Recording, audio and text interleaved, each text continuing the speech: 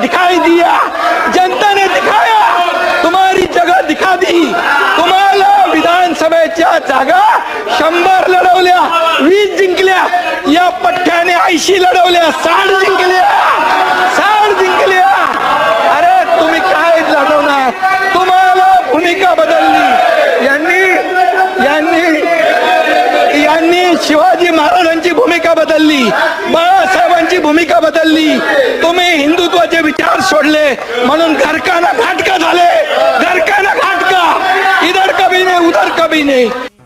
ये बड़ी अच्छी बात कही आप।